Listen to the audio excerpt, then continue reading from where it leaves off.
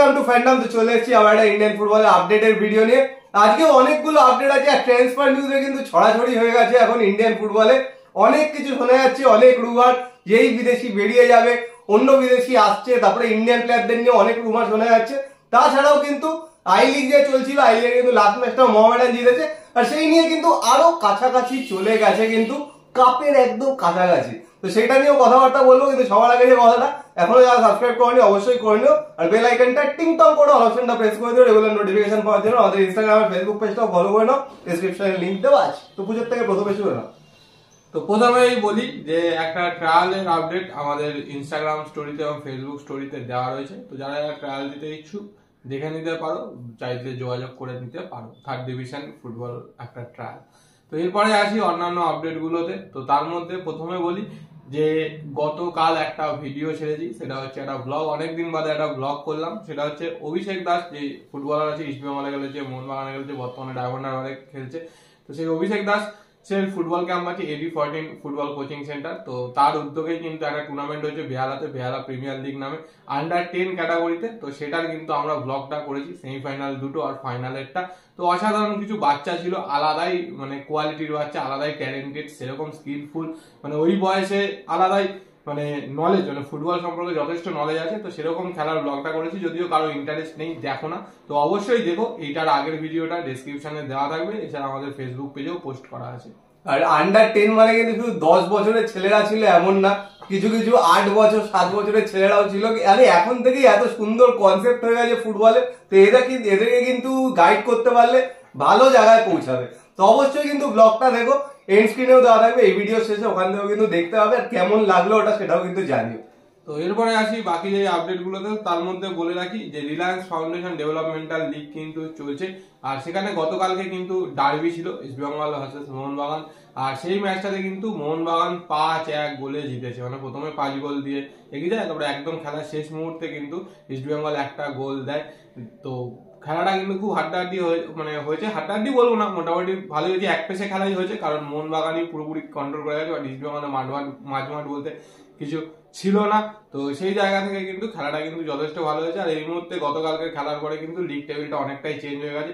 Top কিন্তু মোহনবাগান এতদিন 6 নম্বরে ছিল, সেখানে মোহনবাগান কিন্তু টপ 2-তে চলে এসেছে, মানে প্রথম 4টে টিমের মধ্যে। ইস্ট বেঙ্গল কিন্তু আবার 6 নম্বরে নেমে গেছে। তো এই গ্রুপ থেকে কোন 4টে টিম ন্যাশনাল স্টেজে বা নিজেদের মধ্যে সেকেন্ড রাউন্ডে কোয়ালিফাই করবে সেটা কিন্তু এখনো বোঝা যাচ্ছে না।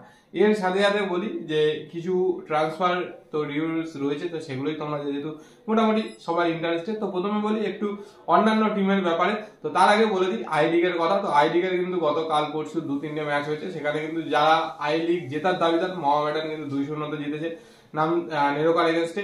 আর সিনিদিও কিন্তু গোকুলামকে হারিয়ে দিয়েছে, প্রথমে গোকুলাম 1 গোল দিয়েছে, তারপরে কিন্তু 2 গোল করে কিন্তু সিনিদিও যেতে। তো সিনিদি আর মোহামেডানের মধ্যেই কিন্তু লড়াই চলছে এই মুহূর্তে, কে আই লিগ জিতবে। তো মোহামেডানে কিন্তু আর 4টে ম্যাচ বাকি, 20টা ম্যাচ হয়ে গেছে মোহামেডানে। তো 4টে ম্যাচের মধ্যে কিন্তু 2টো জিতলে 2টো ড্র করলেই চ্যাম্পিয়ন হয়ে যাবে, কারণ অলরেডি পয়েন্ট গ্যাপটা অনেকটাই। তোমাদের কিন্তু বলেই দিলাম, আর যদি 2টো জেতে 2টো ড্র করে তাহলেই কিন্তু চ্যাম্পিয়ন, অন্যরা সব ম্যাচ জিতলেও ধরতে পারবে না। তো এর সাথে বলে রাখি গতকালকে আই লিগের একটা খেলা ছিল, অসাধারণ খেলাটা হয়েছে, ইন্টারগাছি ভার্সেস আইজল, 5-4 স্কোর হয়েছে। আর সেখানে কিন্তু আইজলের প্লেয়ার লাল বাইকা ও কিন্তু গোল করেছে, অ্যাসিস্ট করেছে। আর বলে রাখি কালকে গোল করার ফলে কিন্তু এখনো অব্দি গতবারের লাস্ট যে ইন্ডিয়ান স্কোরার ছিল বিদ্যাসাগর সিং, গতবারের আগের বার 12টা গোল করেছিল, ও কিন্তু ওকে ক্রস করে গেছে 13টা।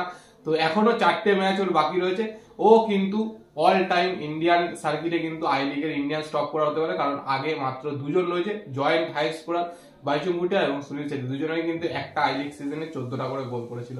তো দেখা যাক ও এইটা করতে পারেনি। আর বলে রাখি অলরেডি কিন্তু ও আইএসএল সাইন করে নিয়েছে নর্থ ইস্ট ইউনাইটেডের সাথে। তো সেরকমই কিন্তু নর্থ ইস্ট আরেকজনকে সাইন করেছে, একজন মিডফিল্ডার, যার নাম হচ্ছে মায়াক্কানান মুথু।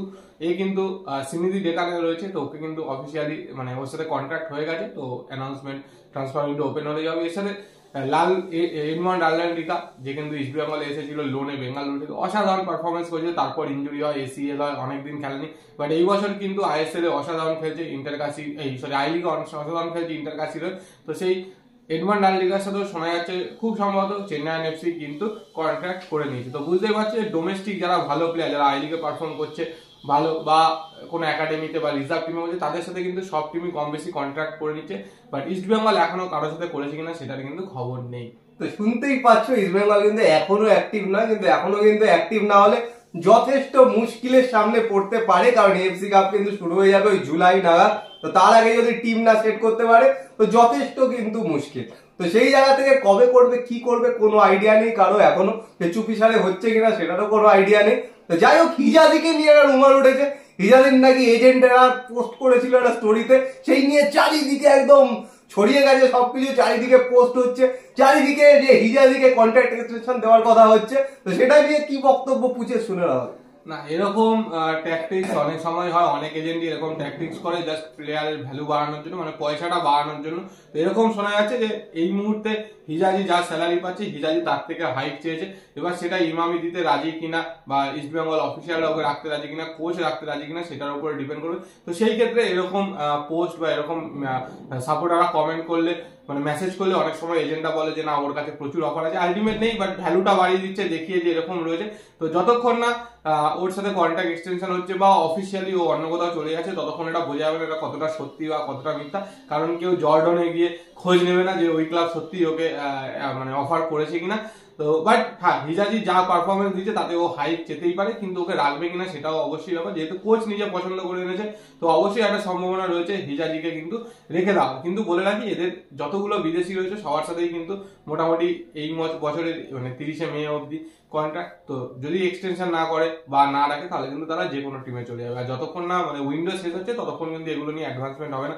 সেই ক্ষেত্রে সলেরও, তো অনেকে সলেরও সেম ব্যাপার রয়েছে। আর অনেকে বলছে বোরজার কথা, তো বোরজা কি আবার ইস্ট বেঙ্গল আসতে হয়? তো বলে রাখি বোরজা এমন মানে হায়দ্রাবাদ থেকে এসেছিল ইস্ট বেঙ্গলে, ওর সাথে 1 বছরের কন্ট্রাক্ট করা হয়েছিল, ওকে কিন্তু লোনে পাঠিয়ে দেওয়া হয়েছে। তো বোরজার সাথে কিন্তু মে মাসের কন্ট্রাক্ট শেষ। তো যদি এফসি গোয়া ওকে কনভিন্স করতে পারে, ওকে যদি কন্ট্রাক্ট এক্সটেনশন দিতে পারে তাহলে কিন্তু ও এফসি গোয়াতেই থাকতে পারে। এবার যদি ইস্ট বেঙ্গল মনে করে যে না আমি লোন শেষ হবে আমি ওকে কন্ট্রাক্ট আরো 1 বছরের কন্ট্রাক্ট দিয়ে ইস্ট বেঙ্গলে ফিরিয়ে নেবো, তো সেটাও কিন্তু করতে পারে। তো এগুলো পুরোপুরি ম্যানেজমেন্ট, এজেন্ট, প্লেয়ার সবার উপরে ডিপেন্ড করে। তো করতে অনেক কিছুই পারে, কিন্তু এখনো অব্দি কিন্তু সেরকম কিছু হয়নি। কিন্তু একটাই কথা বলবো, এখন কিন্তু মানে সিজন ব্রেক বলতে গেলে ইন্টারন্যাশনাল ব্রেক, ইন্ডিয়ার ম্যাচ আছে, তো সেদিকে কিন্তু নজর রাখো, সেদিকে খেলাগুলো দেখো, ইন্ডিয়াকে সাপোর্ট করো।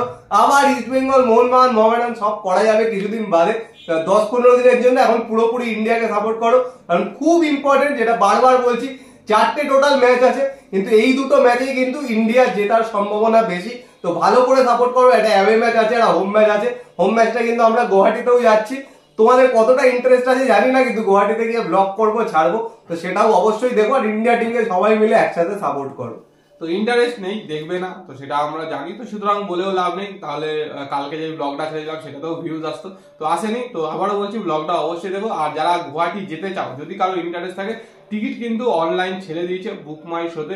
বুক মাই শোতে গেলে দেখতে হবে, সেখানে 200 টাকা থেকে টিকিট ছিল, 200, 250, 500, 800, 1500, 4000 টাকা অব্দিও টিকিট আছে। তো যদি কেউ যেতে বুক মাই শো থেকে টিকিট কেটে নিতে হবে, আর রিডিম কিন্তু স্টেডিয়াম থেকে করতে পারবে। ভিডিওটা পছন্দ হলে লাইক করে দিও, শেয়ার করে দিও, চ্যানেলটা অবশ্যই সাবস্ক্রাইব করে দিও, বেল আইকনটা টিং টং করে দাও নোটিফিকেশন পাওয়ার জন্য। তো চলো, আমাদের জন্য টাটা।